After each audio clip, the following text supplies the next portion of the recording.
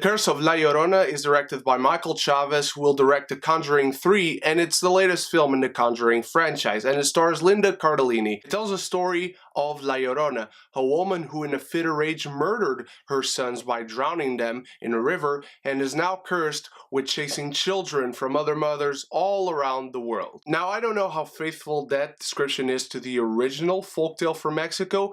I just know that that is the description they give in the film. And the film tells the story of a mother who is also a social worker, and ignoring the warnings of an eerie mother who is in grief of her two murdered sons, she is soon drawn along with her children into a frightening supernatural realm. Now, I kind of saw this film late, and I've been hearing this small buzz that the film is not that very good.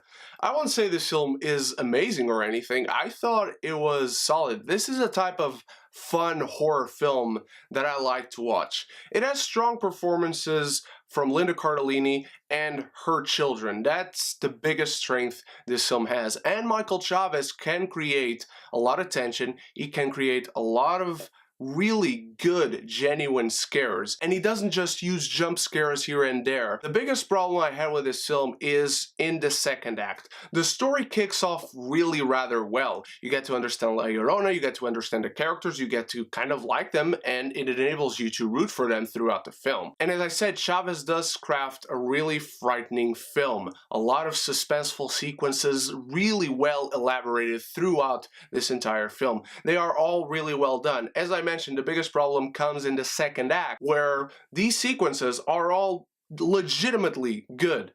The problem is that they feel kind of repeated. In the second act, the film kind of loses its grasp on the story. It almost feels like it doesn't have any story. It's a bunch of sequences that feel very repeated. One comes after the other, and they kind of all feel the same. Now, they all work. They all are well done. They are legitimately good scenes, legitimately good sequences. There's a scene where this girl opens an umbrella and she can see La Llorona through it, and then she closes it and she can't see La Llorona anymore.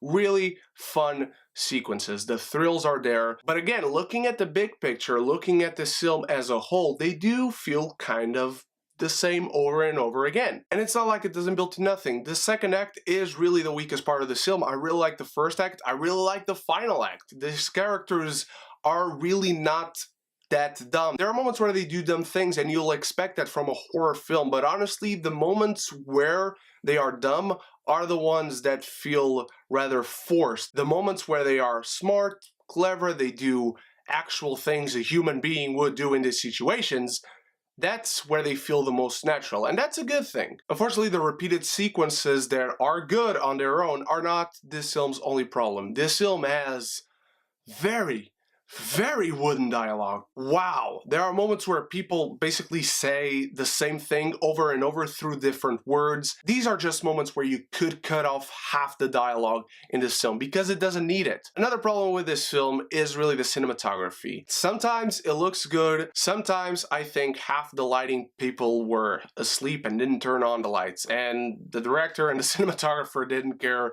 didn't warn them. This film has so many things where it proves that it has a good director behind it, where in others, not so much, unfortunately. And it feels not only the director was not paying attention, which is a bad thing, it feels like the rest of the crew were not paying attention or not caring. Now, my biggest problem with this film is not something that will make me give it a higher or a lower grade. It's something that goes beyond the film itself. So I'll just give my grade now and mention my problem after. I think La Llorona is a fun horror film. It's solid. It's not going to be mentioned at the end of the year on anybody's list, both for the good and for the bad. I think this is a film where you gather your friends around and you watch a fine, solid horror film. I'm going to give La Llorona a C+. Now guys, my biggest problem with this film is really how forced the connection to the Conjuring franchise feels. I'm not going to give any spoilers, even though I just gave my grade, so you can leave this review if you want. This isn't a Blumhouse film. I noticed as soon as the movie was starting, the logos were coming up and there wasn't a Blumhouse logo. Also, I was commenting with a friend and we jokingly asked, why did La Llorona go all the way from Mexico to Los Angeles? Why did they place the story in Los Angeles and not in Mexico? Genuinely, why would La Llorona and how would La Llorona go all the way as a spirit from Mexico to LA? Why not just set this film in Mexico? Not only would it look beautiful, it would be a different setting. People in this film can speak fluent Spanish, as you can see from most of the characters. The Conjuring franchise really comes in 2 scenes with Father Perez, who really looks like he's there for reshoots. If you look at the scene where he first comes in next to Linda Cardellini, she's looking at someone, and it looks like that scene originally, it felt that way to me at least, it would be Linda Cardellini alone looking at this certain someone.